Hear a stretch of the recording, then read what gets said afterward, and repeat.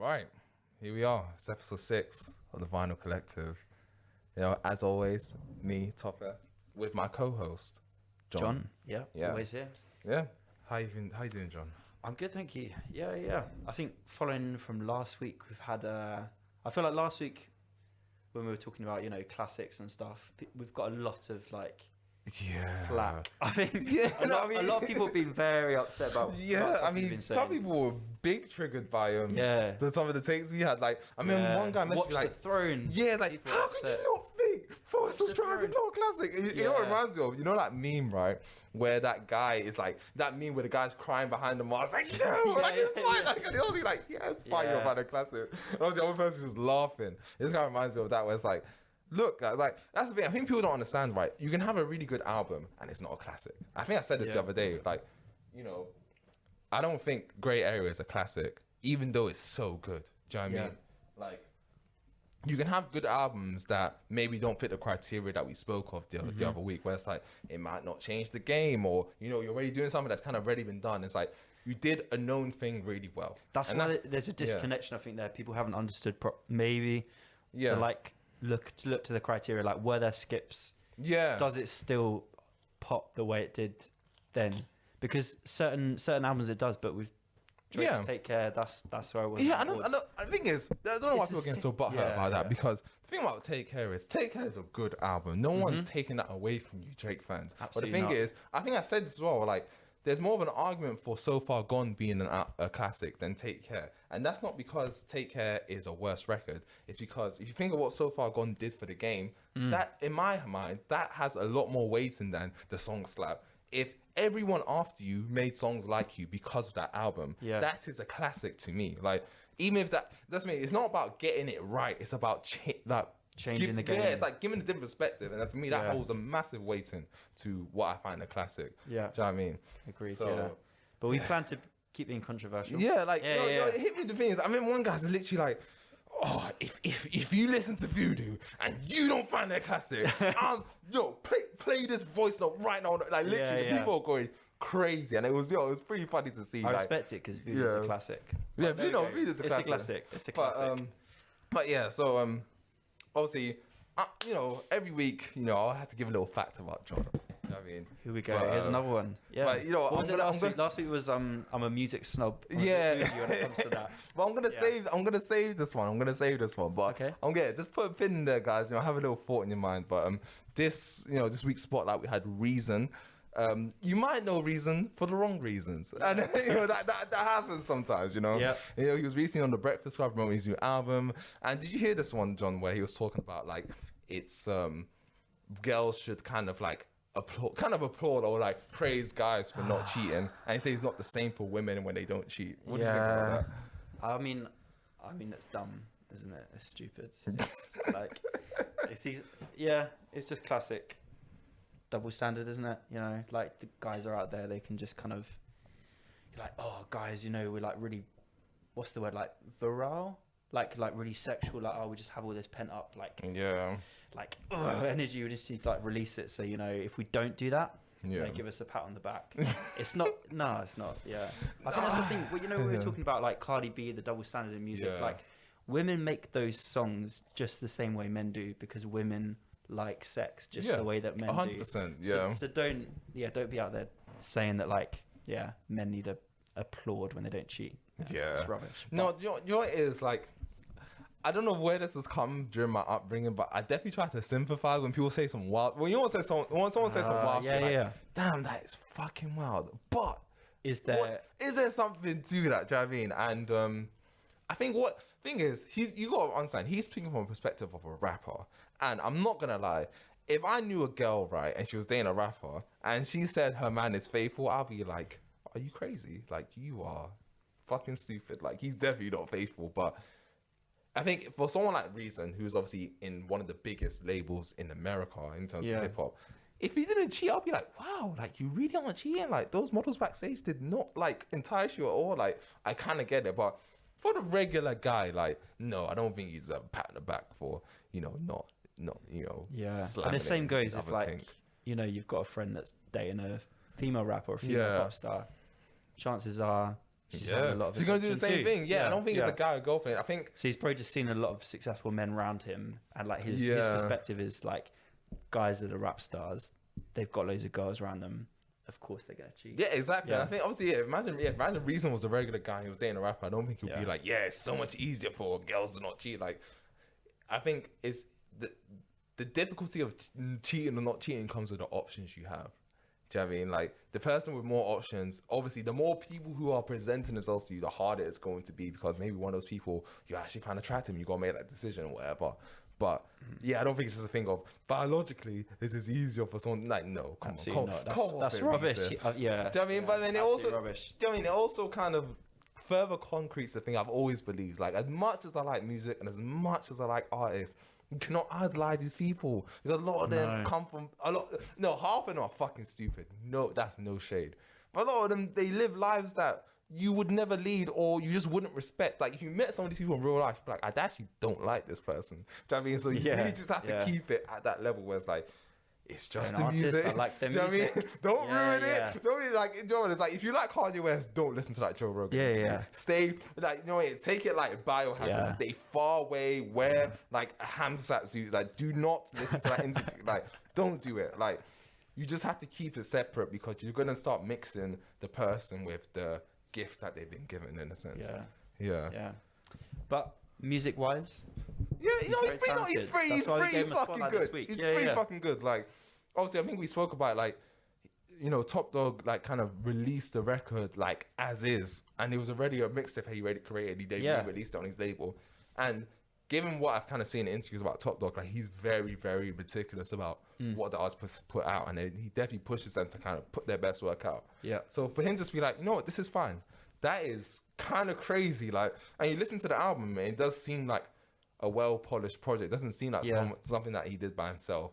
So that is pretty impressive. Like, I haven't listened to his new album just yet. Well, also, I've heard a couple singles like Flick It Up. What do you think about Flick It Up? Actually? I love it. I think I've heard some like hits off it, and like first impressions are it's a good one. But yeah, I mean, I haven't like properly delved into it yet. Which I hope to do in the next couple of weeks. Yeah, definitely. I mean, what else this week have you been listening to other than Reason? I don't know if I listened to anything too new. I mean, listen to Burden of Proof a bit more, like Benny the Butcher, which is really fucking good. Yeah. But no, not too much on the new front. They've been kind of taking a step back. You know what it is? 'Cause a lot of people talking so much shit to me about Take Care. I actually listened to it again. Yeah. I still feel the same. Like, it did not age as well as you lot say it did. So if you listen to this, fuck you. It did not do that. You wasted my time. Like, this is decent, but there's no way you're gonna sell me, make me proud. It's not. You're not gonna do it. Or even you know what it is? I have, right? Title tracks can't suck. If you have an album, title tracks cannot suck. If you have a song called Take Care, your album's called Take Care, it has to be the best song on the album. Even though you're wasting a fucking point of the album. So, I know people love Rihanna. Rihanna's a great artist. But when you have that song be as weak, compared to all the other songs, like 20 fucking songs long, that's one of the worst. That's like bottom 5, bottom 3. Come off it, mate. Come off it. Like, do you know what I mean? Yeah. So yeah, everyone that was giving us a bit of hate in the polls, you know, pipe down. Literally. No, it was a good point. Like, I like to see what people think. Like, definitely. Don't get me wrong. Like, it can definitely has the arguments for its classic. Do you know what I mean? Like, it's what 400 weeks as we're speaking is on the Billboard 200. That is a massive achievement. I think Good Kid, Mad City is doing a similar run. Like, like if an album is on the charts for that long, there's definitely something to it. However, we also got to point out that streaming came in 2015. Yeah. So even if it's just one song like Hell Yeah Fucking Right or Crew Love, that could just be 2 songs keeping it on the charts. Not people are listening to the album over and over and that's keeping the charts. Or people are buying the record and it's keeping it in the charts. So I feel like, especially since 2015, context has to be given to, you know, what sales mean. Do you know what I mean? Yeah. So I think that's something to keep in mind. Yeah. Cool. And yeah.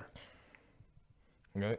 We're gonna take a quick break before we invite our guests on. Yeah. Before we pause it, and then we'll be right back. Right, we're back. Yeah. So just to touch on the little thing that, I always have the fact about you, Jon, don't I? Yeah. So here we go. like I said, Jon, I'm a bit of a sadist in a sense. Do you know what I mean? I'm a bit of a sadist because, when I have the guests in, it's always like good times. Everyone agrees on things. Everyone's having a great time.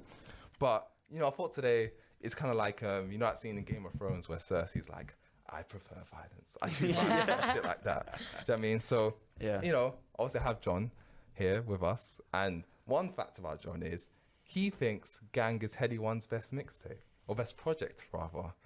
And the guest we have today with us is Ore, founder of Oreviews.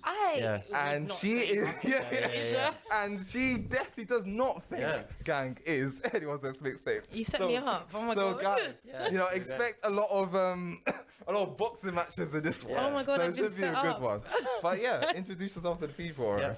I never know what to say when people ask me to introduce myself. My name's Ore. Also known as Oreviews. That always sounds so cringe when I say that out loud, but that's kind of what I have to say. I am a music and film writer and content creator. And yeah. Dude, one thing, like, I've been following you for the whole time you've been doing this. I think, correct me if I'm wrong, but it started off with movies, right? You used to review movies. Yeah. And, so what kind of made you do the transition from like reviewing movies to reviewing music? I think so. I started off in uni, and so weirdly, no one ever guesses this, but at uni I was doing chemistry, and I know everyone was like, "What?" So I was doing chemistry at uni, and really missed writing, like really missed sort of like any sort of like creative outlet, because obviously chemistry has like zero creativity in. So I started doing movies just because that's like, well, one, I really love movies, and also you can just go to the cinema, and labs used to really stress me out, so I'd go to the cinema after labs by myself, and then I guess I went to Manchester for uni, and being in Manchester for longer, Manchester's got like the sickest live music scene. So I started getting into that a little bit more, and then I was like, oh, you know what? I love music as well. They're not like worlds apart. I could easily write about both. It's not like I want to write about like, I don't know, animals now. Do you know what I mean? Like something that's like all the way over. And then just started writing about music, and then and just like now I just write about both. Yeah. I mean, it's what kind of tickles your fancy a bit more. Like, is it like the visual aspect or the sonic aspect? Because they're very two different like pieces of media. For what do you mean? For like in terms of reviewing, like what kind of like, let's say like there's a banging film out, but there's a banging album out. Which one kind of you prioritize first? Oh, you know what? I generally speaking, in terms of like creating the content or writing, I probably prioritize the film. Just because my thing with music, and I guess it's not really my thing, like a lot of people's thing, is that if I watch a film, generally speaking, my opinion is not going to change on it, right? It's probably not going to change on it like at all. I might watch it again and be like, oh, I didn't like this as much, but it's not going to change greatly. Yeah. Whereas like if I listen to an EP or an album, I might be in like the sickest mood ever, and I'll be like, oh my god, this was amazing. This is like the best thing she's ever done.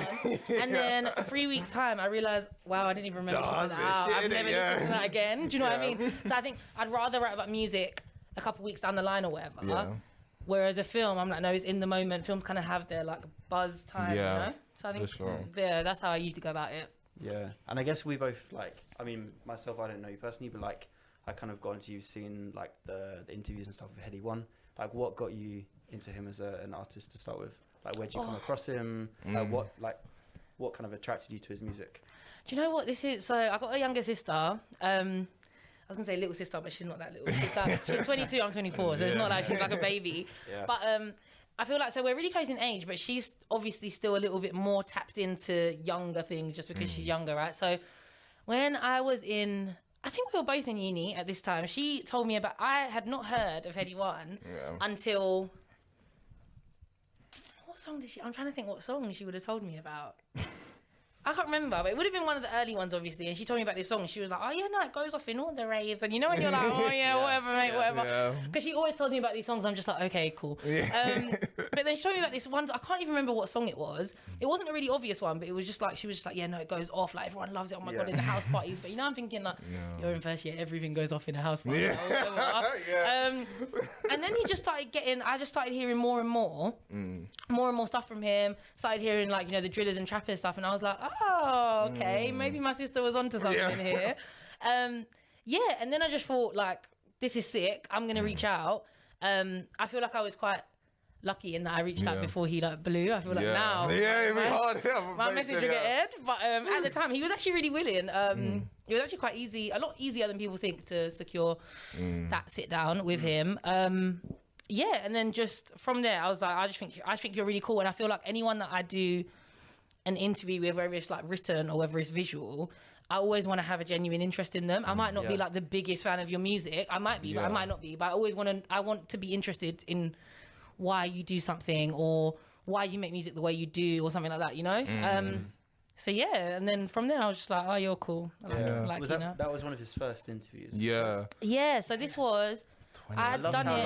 Like 2018. He felt in it as well. Like, yeah, no, it felt really like real. One thing I'd say about Headie One, right? Yeah. So this like, what, we were still in the uni at the time. Also, we lived together, Jon. You know, back in the good old days. Oh, did you? Yeah, I didn't know that. good. Yeah, band of brothers we were. So yeah, so I got a little story. So like, I remember like we had a flatmate of ours, and he lived on the top floor. So sometimes I'd go and visit sometimes, and he's like one of those guys like he's into the glamorous type of music, like, you know, guys who are like, you know, making money, all that stuff. You know, everyone has their thing. And also sometimes I'll sit in his room and he'll put me onto a new artist and whatever. Like, oh, he's so, like, every time he has like a new flavor of the month, like, oh, he's so hard. Yeah. So I go to his room now and he's like, oh, this guy is so hard. Like, you need to listen to him. And I was like, okay, cool, play the song, right? You know, I'm a bit of a critique. And obviously he plays the song now and I was so disgusted. I was like, what the fuck is this? Because the song's playing, all I hear is all this shh, shh. I was like, what? I was like, what's going on? I was like, what? How could you like this stuff? Like, I was so confused. I was like, who is it? Like, I was like, no, I'm going to throw this guy in the bin in terms of reviews. Like, I don't know what this guy's on. But obviously, that was only like, what, 2, maybe 3 years ago? And look at, and obviously that guy, obviously it was Headie One, I guess, but obviously now he's kind of turned into like almost an international superstar. Like his growth over the last 2 years has been, I don't think I've ever seen an artist kind of grow so much in the last 2 years. Even J Hus, like as good as J Hus is, the thing about J Hus is that he had the talent quite early on, like within a year or so in his career. I don't think I ever saw it for Headie One when he started out. Like I was like, I can't believe people actually, I thought it was a joke. I literally thought it was a joke. And to see him kind of like be so risky with like kind of this, the people he works with, the songs he kind of creates, it really is surprising. Yeah, do you know what I mean? Like you can't always count these artists out. So yeah, like I mean that's kind of how I got like introduced to Headie One in a sense. Like yeah, it was really crazy that he's like kind of the artist now. You kind of put him in like the top 5 or sorts in terms of like best in the UK or do you know what I mean? No, like, yeah, definitely. No, it's really crazy. Like, but in terms of like interviewing him, like. How did it feel kind of asking some of these questions? Because also you kind of look back, he's kind of still like raw, and even though he's saying stuff like, "Yeah, I'm done with the roast," like he's definitely lying. Like, you know what I mean? Like, he seems to be like how easy was it to kind of get the certain answers you wanted to out of him? Do you know what so my approach to interviewing, even when I do like ones that you guys won't hear the recording of because I have to write them up. Yeah. My approach to interviews is always just have a chat. Yeah. Like if you just talk to someone on a level, you're probably going to get the best answers out of them. Yeah. And I remember, I think I did this interview with him like a week after the Posties one. What's Posties thingy? His platform called? I can't remember, but it was after. Yeah. So he'd gone on Posties show, Not For The Radio, that's what it's called. Oh, okay, so he'd gone on Not For The Radio, and obviously it was like super centered around like No Better and the whole like uni scandal, like him going to the uni and blah blah blah blah. And I just remember because obviously Not For The Radio is a visual, like it's kind of like a podcast, like it's visual. And I just remember watching it thinking, this guy looks so uncomfortable. You're now going to get the shittiest answers out of him when you move on from this topic, because he's clearly so pissed off with you that all you've done is talk about this for like 20 minutes, that the whole interview is just going to go to shit now. And I remember thinking like, okay, cool, like everyone loves a scandal, but do you know what I mean? Like there's more to life. Like, and I just remember thinking, going into this interview, I don't really plan out like loads of questions. I sort of throw around like a couple words on a piece of paper and then hold it. But I just remember thinking like, don't ask about that. Like there's just no point. Like there's absolutely no point. Like if I'm going to try and get the best out of you, why am I going to piss you off? Like there's no point. And I just remember thinking like, I want to ask what I think is interesting myself, but also what I think other people will find interesting, even if they don't know they're going to find it interesting, you know? Yeah, like that's the bit I always say to people, like you can't, you know what, it's like building Rome. You have to build Rome, then people come. Do you know what I mean? You can't tell people, hey guys, I'm trying to build a city. Would you like to be be part of the city? Like I hate when people do like, oh, what should I review next, guys? Like, no, fucking review it first. And then people be like, oh, I've never heard this artist. Maybe I should take a look. Or I've never listened to this movie. Or I've never heard this movie. Let me listen to it. Do you know what I mean? So, no, I definitely agree with you on that one. No, agreed. I remember I just really wanted to just ask him things like, why do you do music? Like, I know, obviously, everyone, like, I think Headie One is a good question. Why do you do music? There were clearly so many other avenues for you to for you to choose. Like, why do you do music? Or when did you get into it? What's next for you? Where do you see yourself in 5 years' time? Like, all of those kind of questions. Yeah. Like, why did you leave the tea house? Like, what's going on? Like, I feel like that's more interesting than like, oh, you got caught and then you made this song about it and like who's like, like I just think that made a lot more sense. So that was my approach, really. Yeah. So should we get into the album? Yeah, no, let's get into Headie One and the album. Like, let's kind of. I think one thing to talk about is like kind of how do you think Headie One's kind of grown since? His last project was like the main project was Music and Road, right? How do you think he's kind of grown since Music and Road and then Gang and then here we are now with EDNA? So I think his growth has been sick. I think his growth has definitely been upwards, even though I didn't like Gang personally. I want to hear it. So I feel like I'm quite an objective. Like I like to look at things objectively, right? And I like to look at things sort of like bigger picture. And I didn't like Gang personally, but I absolutely understood what he was trying to do. I think that it made a lot of sense in terms of he's done Music and Road where it's literally what it says in the title, right? Like it's still, do you know what I mean? Like it was still like towing the line between Music and Road. So I feel like he came out with Gang at the right time. He's sort of opened himself up to people that listen to people like FKA Twigs that are never going to listen to Headie unless he does something with her, right? Or something with Sampha or whoever else is on the EP. So I think it made a lot of sense. Like it was a good strategic move. I think it was a good musical move, even though I didn't like the music. I know that sounds really weird. Like, I think it's a step forward for him.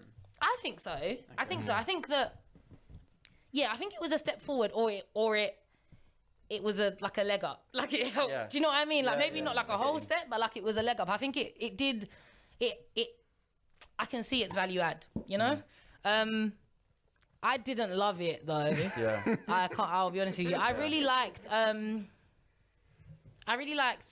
Gang, the song Gang. I thought Charades was okay, and I really liked.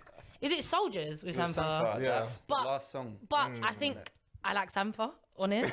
Okay. But that's not. I don't know. In my head, I can only hear like when I think of the song, I can hear Sampha. But Sampha does that always. So like Sampha with Drake, all I hear is like him singing the hook. Like I can't hear anything else. He's basically like the Black James Blake, isn't he?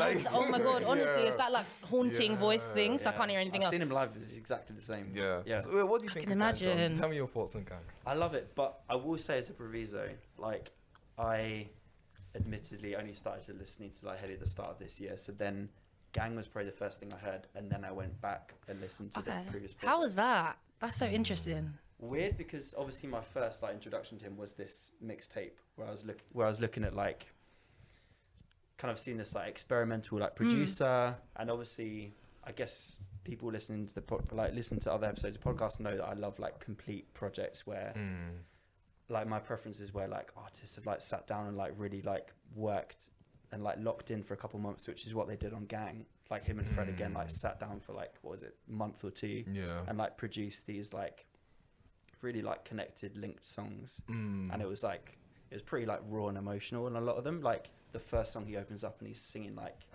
was like Family First, that's the code, and he like sings it as well, which I thought, I know like generally I hate when rappers sing like J. Cole. I don't want to hear it. But I actually liked it. I liked it when Headie sang. Do you know what I mean? I didn't even know there was a story to it until I think it was me and you who did the Chord Socials, like what's it called, video, and then obviously 6 5 was like, Gang's his best mixtape and he's never gonna top it. Like, you know what I mean? I was like, you were talking about the whole story about like, when he's like when he makes Gang and obviously he's going back to prison, he's like, what have you been to deal with? And then obviously he does with the whole thing of Don't Judge Me with FKA Twigs. I was like, oh raw, like there's actually like there's thing to it. And I think the thing about Gang is, even if you don't like it, I feel like it was such a progressive move forward that I feel like you had to keep going with it. Like I really wished, like, forget what the fans say, innit? Like, because fans don't know what they're talking about. But like, no, they don't. I'm sorry. Like, thing is, the fans like what sounds good to them. They don't know what makes a thing sound good. They couldn't tell you. They just know what sounds good. That's a huge difference to make. So like, they know they like charades, but what makes charades sound so good? Do you know what I mean? Like, who's doing a song like charades? Who's doing a song like Gang? Like, these are like, you're taking drill to a different. Like, you even said it in like when you were interviewing. Like, if someone has drill and adds something else, it's not drill anymore. Yeah. And he was kind of going in that sense. Where it's like, I'm doing my own thing, and I think for me that's the best mark of an artist, where it's like, I'm doing something no one else is doing. Yeah. Yeah. And I'm making it sound good. And don't get me wrong, did he get it right on every single song? Maybe not. But if he kind of even added some of those elements into like his new album, I would have been like, this guy is like probably like the best, one of the best to do it. Like literally, like I think because there's not many artists in the UK who are making new sounds, and I think like he was definitely the one of it, especially with the Gang. He was definitely pushing it as hard as anyone could ever push it. Honestly. Yeah. Yeah. What was it? The production that put you off it? You know what, which is weird. I think I just don't think it meshed as well. It meshed together as well as some of the reviews that I read said. Damn. Because I think it'd be different if I didn't listen to artists like FK Twigs in my own time, but I do. And like I listen to artists like Sampha in my own time, like I do. So it's not. That's a good so point, actually, do you know what I mean? Like it'd be different if I didn't like that kind of music anyway, and I didn't like. So Fred again has done some sick stuff. If I didn't like his stuff anyway, then I'd be like, all right, cool. Maybe I just don't like that kind of stuff, and I just want basic drill, and I'm basic. Yeah. Maybe that's what it is. But like, and that'll be fine. I'd admit that. You know what I mean? But it just didn't make sense to me because I actually do like those kind of artists. I just don't think it meshed that well together, and I think it might be a personal thing. And again, like I absolutely rate the experimenting. I rate the narrative thing. I was the same until CJ said that thing about the whole going to court, and I was like, oh, okay, I see it. And I really like. I'm the same as you. I really like running narratives through a project and stuff like that. So when someone explained that, I was like, okay, cool, makes a lot of sense. And there's so many things I rate about it, but just musically, it's just not something I'd listen to after listening to it twice. No. Yeah. Fair enough. Yeah. Yeah. I'm really sorry. I'm really sorry. Disagree on that one. Yeah. So yeah, go on, take us to Edna, John. Sorry? Take us to Edna. Yeah. Well, Edna, I guess, like you were saying earlier, like Music Road was like him kind of towing the line, and then kind of this is like him at, he's got all these massive features. Like he's made it. He's now like at the top of the game. He's moved away from that. Technically. Has he? Yeah. I mean, there's like that kind of, I guess, narrative throughout the album of like, you've got a song here where he's like completely moved away from it. He's talking from a different perspective, and then he's got in the next song, he's like, yeah, this is what we were doing. Blah, blah, blah. So yeah, what kind of like album were you expecting to come when Edna's like dropped? What are you expecting? Especially the title name as well. I thought it was gonna be like a sing-song type album, like to his mother. Really? Yeah. Like, I thought it was gonna be something like that. Like you name a song after your dead mother, you're like, bro, like that's like. Do you know what I mean? But it was just like. Drill, and especially, I guess, also like second part to that question, especially coming off Gang, like we talked about. Like, were you expecting elements of that to come into it as well? So I didn't expect elements of Gang to come into it, not because I didn't want them to. I genuinely leave it. No, that's not. That's not why. It's not. So it wasn't. Thinking from from my observations and from like a music strategic standpoint, I just kind of knew that we wouldn't get another Gang. I think that the fan backlash would have played into that. Crazy, Oh my god, people were literally like, "Ah, Headie One, this was terrible. Don't fucking do that again." I was like, "What?" Like, I think someone said it was like ketamine music. Yeah. And the people that were tweeting him as well, I was like, if you saw Headie One on the street, you wouldn't even whisper this. Yeah, honestly, like, let alone. honestly, but like, Twitter just makes everyone brave. So I think the fan backlash played a big part in it, and so I just kind of knew that wouldn't. I knew that wouldn't play. I knew that wouldn't come into it. Well, no, I figured that wouldn't come into it. That's interesting. The title name didn't actually. So I knew that was his late mum's name. Kind of didn't. It didn't really play. I didn't think it didn't add anything to. As in, like I didn't hear the title name and think, oh wow, this is gonna be like a XYZ album. And I think what it is exactly what I thought it'd be. Yeah, I literally think So I think if you take Music and Road and you take the most, not necessarily commercial aspects of it, but the most sort of like palatable aspects of Music and Road, I think he replicated them on EDNA. Yeah. I think the features kind of gave it away as well, that it was going to be like a very like palatable, and this is not a bad thing, it's not criticism, but just an observation, that it was going to be a very palatable album. I also think that I knew that the gang thing wasn't going to happen, because as soon as he got the fan backlash, he was like, oh, you don't want drill, and then he came out with Rose Gold like 2 weeks after. So I knew that wasn't going to happen. And I don't know, I think literally what EDNA is, the way it's set out, the like different types of songs and stuff like that, I figured that that's what it was going to be like, which is not a bad thing. I wasn't disappointed or anything. But I guess, weren't you expecting like a song dedicated to his mum? Like, he obviously speaks about it a little bit in elements on the songs, but I was expecting a title track called EDNA, to be honest. Yeah, I guess that would be a good point. I think this is me putting 2 and 2 together from like lyrics and stuff, but I think his mum passed when he was quite young. Yeah. So I think maybe that's why. I mean, I'm assuming, but I'm thinking maybe that's why, like, not a whole track would be there, and like, because I think the aspects that he does mention make sense, because that's kind of all he'd have if he was quite young. Yeah, no, that's stepmom stuff was like when he was young. Yeah, exactly. From that was when he was young, so that means the mum must have like passed away quite like when he was quite young. So I think that might be why, maybe. But I think what it is exactly what I expected, and I like it. Okay, you know what? Let's get right into it. Like, we're gonna hit straight into the pit, right? So I think I'm gonna start off with the biggest. I'm gonna start off with the features, and then I'm gonna start off with the biggest feature. I just get the track list up. I'm kind of remembering these things. If I'm a Oma label, like, and I sign Headie One, I'm like, right, Headie One, like, who are the biggest artists in the UK? I'm like, cool.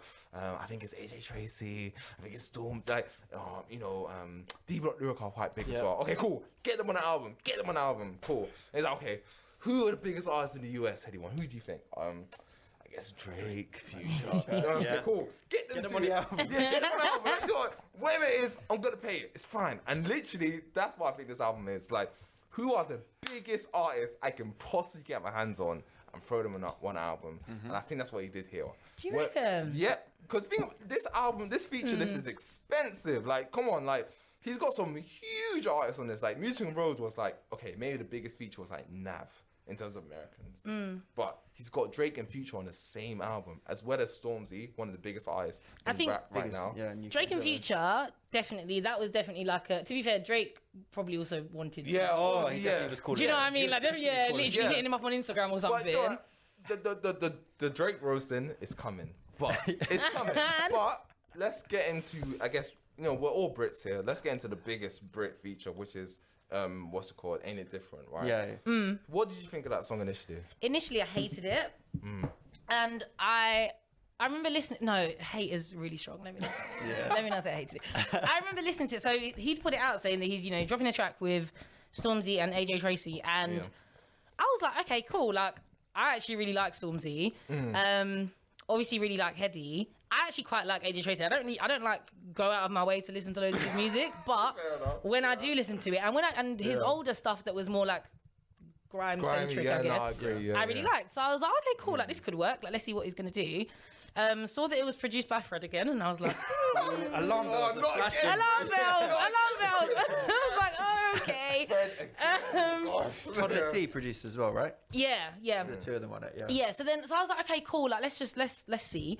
Listen to it, and I was kind of like a little bit underwhelmed. I also think I don't think Headie's verse on it is great.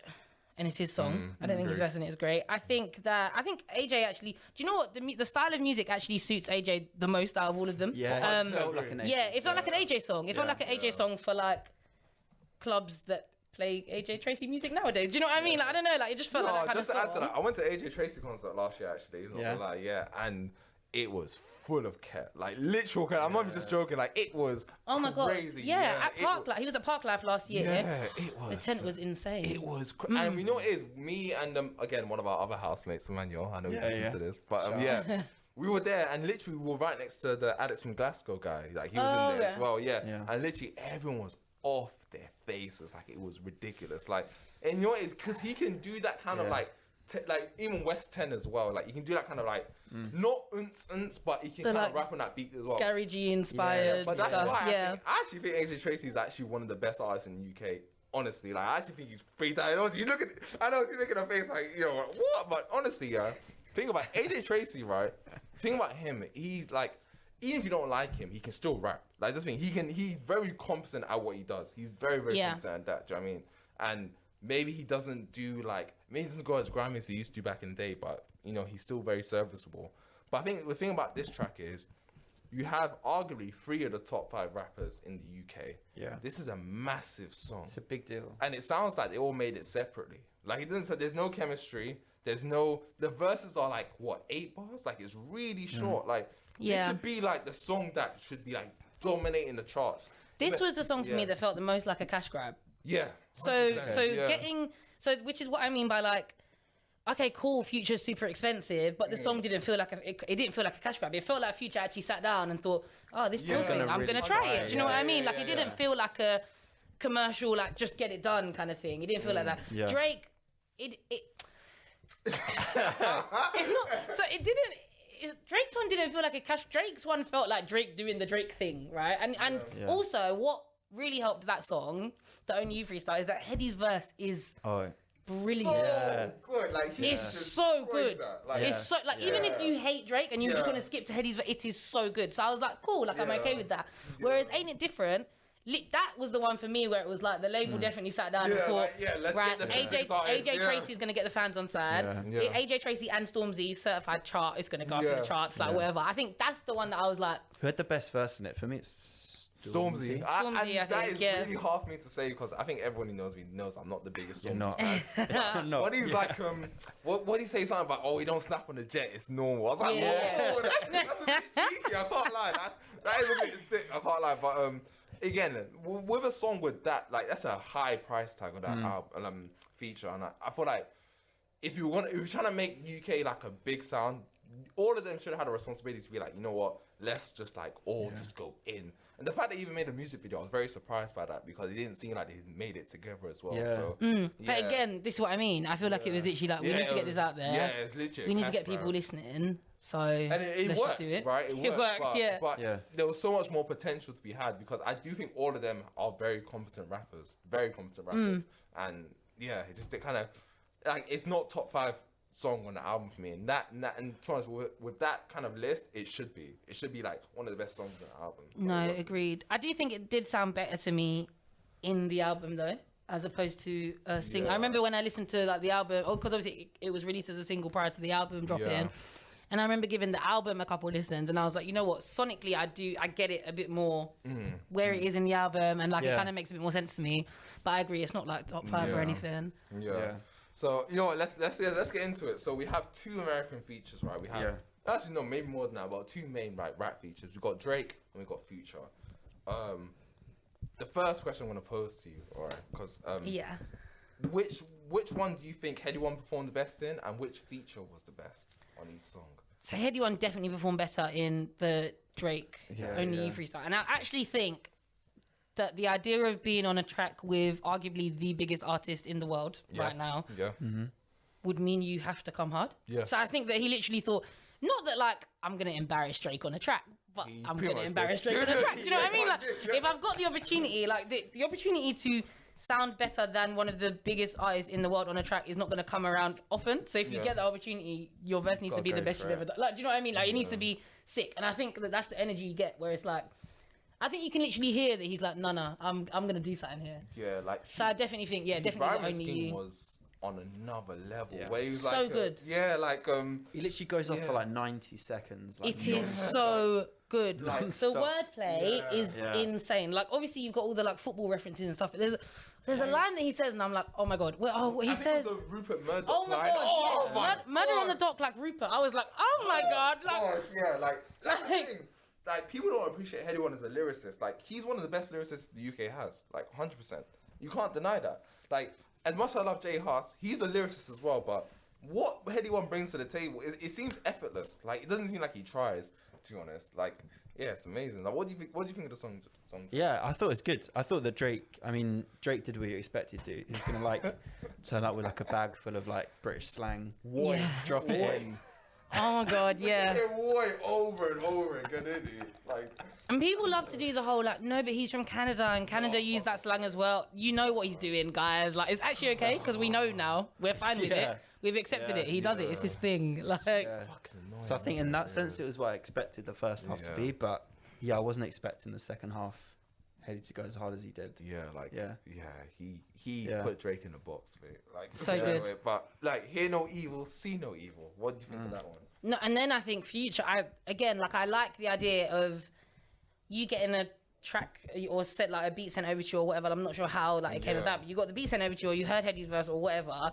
You know that he's a UK drill artist, and you thought, all right, cool. Like, I've never done this before, but I'm gonna give it a go. Like, you definitely get that vibe, and you definitely get the whole like, I'm not just saying any kind of rubbish. Like, I'm actually gonna try here. And also, what I like as well about the Future verse is that it's still very American. It's just the style. That's UK. what I like the most, because I don't know why. You know, it's like they get baited into it. Like, they hear a UK artist and like, you just have to start saying you UK have to words. sound UK. Like, the thing about Drake is because he, again, I don't care about the Canada excuse. Sorry, but like you know, you can be Canadian and sound Canadian on a drill track. It's okay, like, because that's what you know when you're booking an artist. People want to hear you because of what you do. I'm not booking Drake to sing. Like Headie One. Like, I'm not booking him to do something he doesn't do. For a long time, hasn't he? Like, since War, which was how many years ago, or even that part in the booth he had. Like, he's been doing it for quite a long time. I forgot about that. Yeah, like, he's been doing it for a long time. Erase it from my memory. Like, he's been doing an attempt at drill for a long time. And I feel like, again, this is the closest thing he's got. Like, this is the best attempt he's had. I'm not saying it's great, but it's the best attempt he's had. And it's like, you can just sound like Drake and do what Future did, where it's like he sounds like Future, but he's just doing it in a cadence that is drill. And it sounds really good. I think, to be honest, if you give Future a few more shots at it, I think he'll be pretty sick at it. I'm not gonna lie. Yeah. I think Future's really musical, and I think that's why. 100%. So, like, if you look at like some of the songs he's written, they're nothing like the songs he puts out. But he's just really, do you know what I mean? Like, he's written for like Rihanna, and like he's very, he's like he's like a lot more musical than his outward appearance, I guess, or whatever. Like, Let's On. So I did not know that. Yeah, no, he's. You think I know, exactly. Like, you think like, what the hell? Soft side, But he's, you know, the song. I don't know if you guys listen to Rihanna, but I listen to Rihanna. So you know, Love Song with Future. He wrote it. Damn. Yeah, and I think he's written some other stuff for her as well, and some other people. So like, he's a lot more musical than I guess he lets on, or that he's given credit for. That's how they keep you in it. It's the toxic guys who are like, oh, you know what, babe? Like, you know, you have to speak words, innit? Like, that's how they keep you. Like, what the hell? Like, I didn't know that at all. Like, so I think that makes sense, right? That he'd take it seriously. But fair enough. But next feature we need to talk about. Yeah, go ahead. Young Ads. Go ahead. How do you feel? You know what? Look at your face. I'm just gonna be. See, if you asked me last year, right? Okay, go on.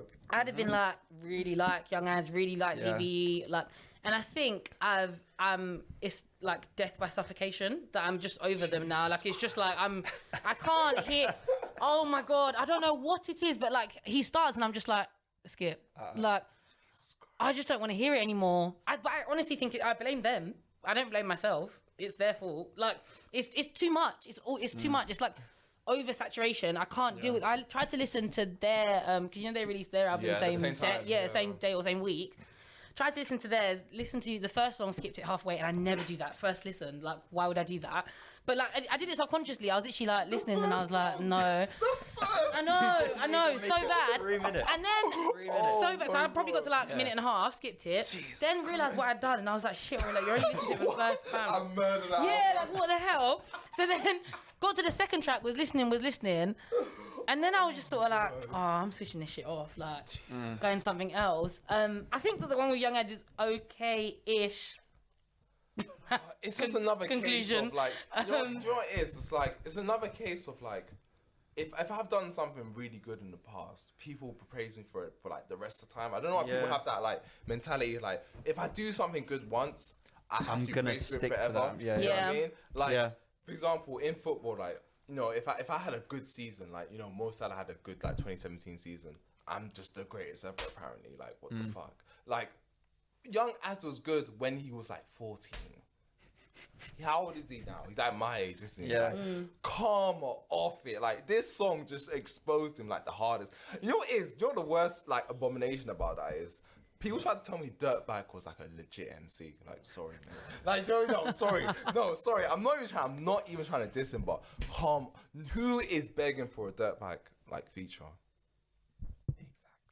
Exactly. There we go. That's the quietest. There we go. And the fact that he had to pitch. The thing about Young Adz is, like, I don't know if he's not dying or anything, but I don't know why he had to pitch his voice as if he was. Like, the auto-tune was so it was off. so bad. Yeah, Like, I just didn't like it. and the worst thing is, I used to love Young Adz when I was like, again, year 9, year 10, because he's a good spitter. He has it in him, but I even liked so like the transition into the auto-tune stuff. I even still quite liked that. I really liked like the PTSD Shard and stuff. up to the Shard and all of that stuff before it, and then PTSD. And I remember I went to the concert that was for PTSD at Ali Pali, and like really liked it. I was like, okay, cool. And then they came out with the one that has the green album art. Now I can't remember what it's called, but like they came out with it like a couple months after PTSD, and I listened to it a bit, picked out my favorite songs, didn't really listen to it again. Then they came out with something else. I was like, oh my god, guys! And I think I feel like they're like the sinners of time. Like, you have to just like, do you know what I mean? Like, you have to sometimes give projects time. Like, you know, make a project. You know, let it rest for a bit. Go back to the drawing board. Be like, okay, you know what? This song's a bit shit. Like, we liked it at the time. Oh my god, yeah. You'll ruin. You'll have no quality control. Honestly, because they're like, you know what? They're abusing. You know what? Some people are abusers of streamers as well. Like, let's put 24 tracks on. Even if it gets like 1,000 streams each, we're getting 24 tracks. That's 1,000 streams each. I mean, I really don't like that. But I think, to be honest, Headie One's a bit suspect to that. That's what I was going to ask you. 20 tracks, is that?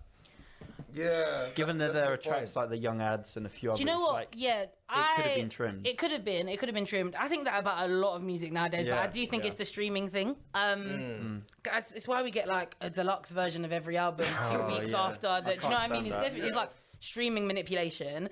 And it also does kind of annoy me when an album is long and there's songs that are like could be cut out and it still make a good coherent. Like, do you know what I mean? But I mean, 20 is not like the worst we get nowadays. So I feel like 20 is even becoming like the new norm. It's not Chris Brown. No, it's not Chris Brown. Yeah, exactly. No, do you know what I like about this album is it's like, even though it's long, Headie still comes like with some serious songs. Like, you know what song I really like is the song Mainstream. Oh. When he's like, I like Mainstream. Labour conservatives, I ain't got a preference. The only thing to consider is 2/3 of a sentence. Yeah. That is a crazy part. Like, Yeah. no, honestly, like, I think the question I'm trying to form is like, do you think there's something to it? Like, you know, like whether voting Labour conservatives, they literally it's just like, am I going to be in prison for 15 years or 20 years? Like, do you know what I mean? What do you think about that song? No, I really like that song. That's actually one of my favourites. Like, I'm looking at the track list now, and it's one of my favourites. I think a lot of my favourites are the ones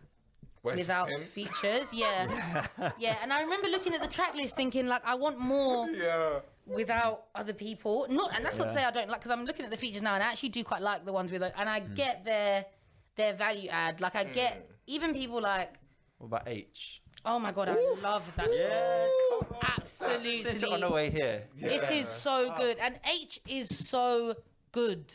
He's so good. Oh my god. And I've been saying this for ages because I went to Manchester and in my head I'm like a Manchester citizen. Fair enough. But so I saw him in like Manchester Academy ages ago and he was like 15 and like super spotty. Bless. I mean he's only like 19 now, isn't he? So like, he was like young. He was like 15. He opened for someone. I can't even remember who I was going there to see. But I remember he opened for someone and I was like, this guy's good. Like he's actually good. Yeah. And I like the fact that it's not, you can't say what he's rapping. He's never really rapping about. It's not that you can say like, oh, you've never been through that or whatever, because he's not really rapping about being on road and being. He's just kind of a good rapper. You know what I mean? He's just a good rapper, and he loves it. You can tell he's just loving life. He loves and the game. Like, exactly. Do you think the Keisha and Becky feature kind of held him back in terms of people taking him seriously? No, I don't think so. I think that he's white. So people will already be like, not really sure about you. Fair. And I also think that that's why people took a long time to actually, like, people had nothing bad to say about this feature. But I think if he hadn't done some other stuff before, or if he didn't come as hard on this feature, I think people would have been like, oh, he's an industry plant or something. I don't know. He like, was insane. Like, so honestly, good. Like, thing is, I've been a fan of H for a long time, and obviously a lot of people I speak to are super fans of H. But your line was really hilarious when Headie One was talking about when a girl says H. Is it H or H? Yeah. That is a good line. Like, they work so well together on it as well. So well. Like the chorus, like H takes the chorus and Headie just like drops in now and then with a couple of lines. Really, really good. And he's like, what is it? My watch is not French, it's Swiss. Yeah. Like, no, honestly, that's probably the best feature on the record. I agree. Yeah, like I agree. Like, I think it was more. So honest, yeah, because there was 2 other features I want to speak about. We'll get to, but like, I feel like in terms of like. I feel he had something to prove, to be honest. I feel like he really did have something to prove in this one.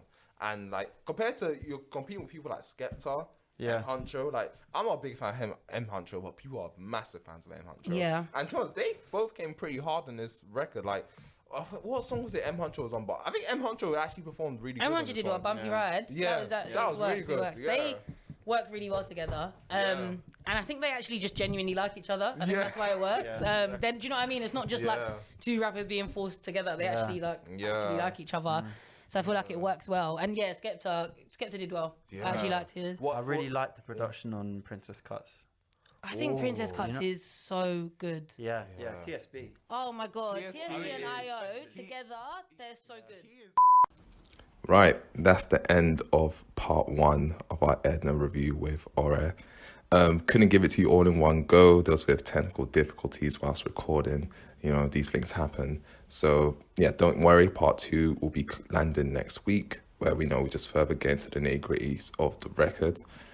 Find us on Instagram at Vinyl Collective Pod, on Twitter at TVC Pod.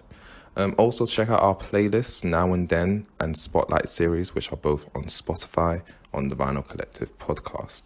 Thanks for listening, and I'll see you guys next time.